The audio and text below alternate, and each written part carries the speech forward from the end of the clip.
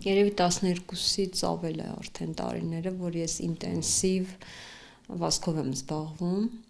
Սկսեցի վազել, հետո ինձ գտա, որ ես սիրում եմ երկար վազել։ Զգացի, որ ուզում եմ սենց անդադ ինչ-որ ռիթմ, որ քեզ հաճելի է այդ ռիթմով, սենց կարող եմ գնալ անդադ։ Երկար 40, 50, հետո դարձավ 90, հետո 100 կիլոմետր, այո,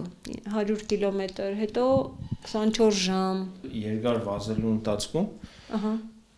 ճիշտ է որ ասես, որ